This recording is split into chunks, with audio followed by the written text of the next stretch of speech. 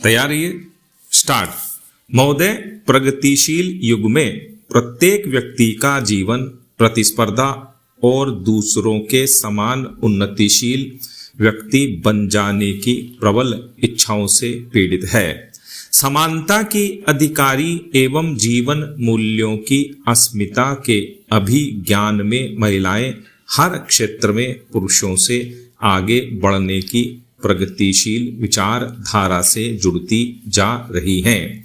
विभिन्न अस्मिताओं की रक्षा हेतु इन्हें असीम समर्थन की आवश्यकता महसूस होती है।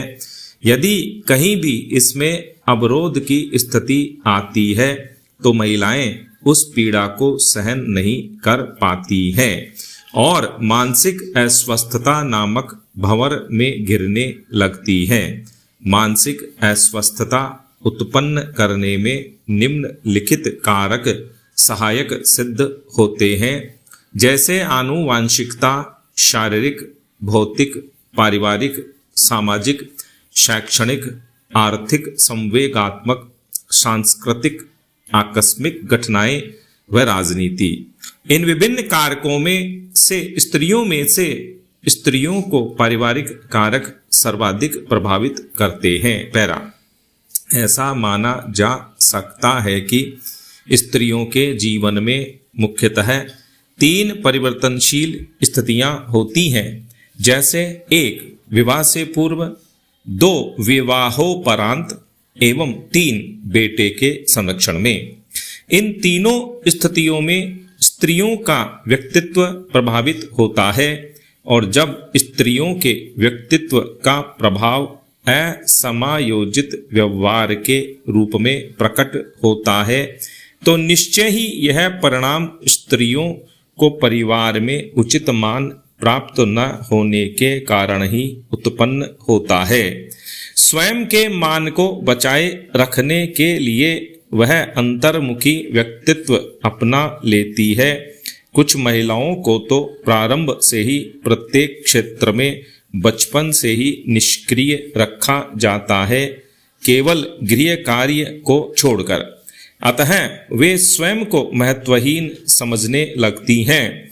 जहां पर विवाहित महिलाओं के प्रति नम्रतापूर्ण व्यवहार उनके परिवार के सदस्यों का होता है, वहीं वह स्वयं को घर की सम्माननीय समझती हैं। नारियों के प्रति नम्रतापूर्ण व्यवहार होने का अभिप्राय उनके मान सम्मान को बनाए रखना है।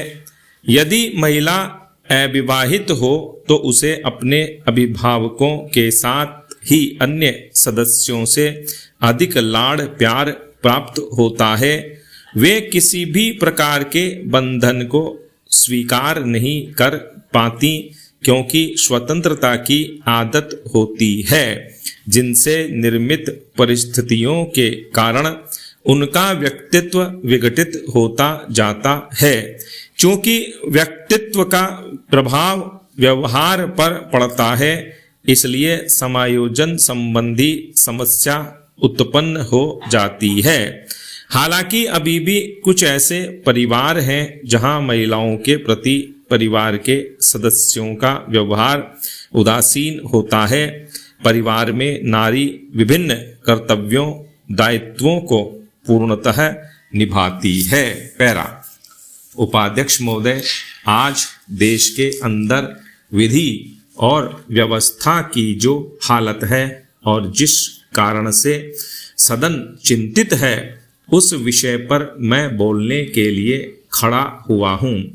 इस विषय पर जो भिन्न भिन्न वक्तव्य मेरे साथियों ने दिए हैं, मुझे बड़ा आश्चर्य होता है। आज यह प्रश्न गंभीरता के साथ सदन में रखा गया है।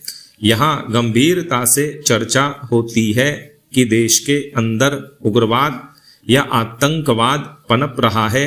इसके पीछे मुख्य कारण गरीबी है, शोषण है, भुखमरी है। मैं इन कारणों को नहीं मानता। मैं जिस क्षेत्र से चुनकर आता हूँ, उत्तर प्रदेश के अंदर या सारे देश के अंदर ऐसे बहुत से क्षेत्र हैं कि आर्थिक दृष्टि से इतने पिछड़े हैं, इतने गरीब हैं, इतनी वहाँ भूखमरी है और विकास का काम भी 55 वर्षों में वहाँ कुछ नहीं हुआ है, जैसे उत्तर प्रदेश और मध्य प्रदेश का बुंदेलखंड क्षेत्र है। वहाँ उग्रवाद की भावना क्यों नहीं है? वहाँ पर नौजवान देशभक्त क्यों हैं? वहाँ आज नौजवान कानून और व्यवस्था के अंतर्गत देशभक्ति की भावना से ओतप्रोत होकर कार्यक्रमों को लेकर अपने क्षेत्र के विकास के लिए चाहे राज्य सरकार हो चाहे केंद्र सरकार हो तत्पर हैं। वहाँ पर आंदोलन होते हैं, लेकिन आंदोलन की दिशाएं भिन्न हैं। पैरा, आज जो देश के अंदर आतंकवाद पनप रहा है उसके कारणों को जाना जाए। मुझे छोटी सी बात याद आती है, मैं उस परिप्रेक्ष्य में नहीं जाऊंगा। घर में आग लगी घर के चिराग से।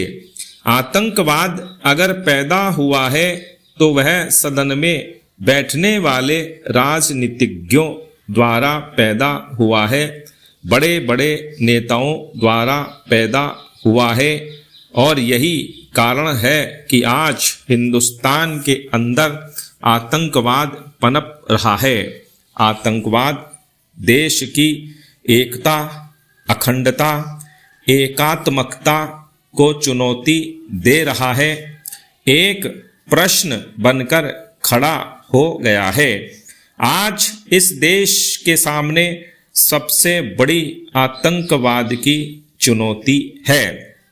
यही चुनौती है कि देश की एकता और अखंडता की जो देश के अंदर आतंकवाद है, चाहे कश्मीर के अंदर हो, पंजाब के अंदर हो, असम के अंदर हो, उत्तर प्रदेश के तराई क्षेत्र के अंदर हो, राजस्थान, हरियाणा, मध्य प्रदेश के कुछ क्षेत्र के नक्सलाइट्स हो, मद्रास या तमिलनाडु में हो, किसी रूप में वहाँ आग सुलग रही है, वह बंद हो।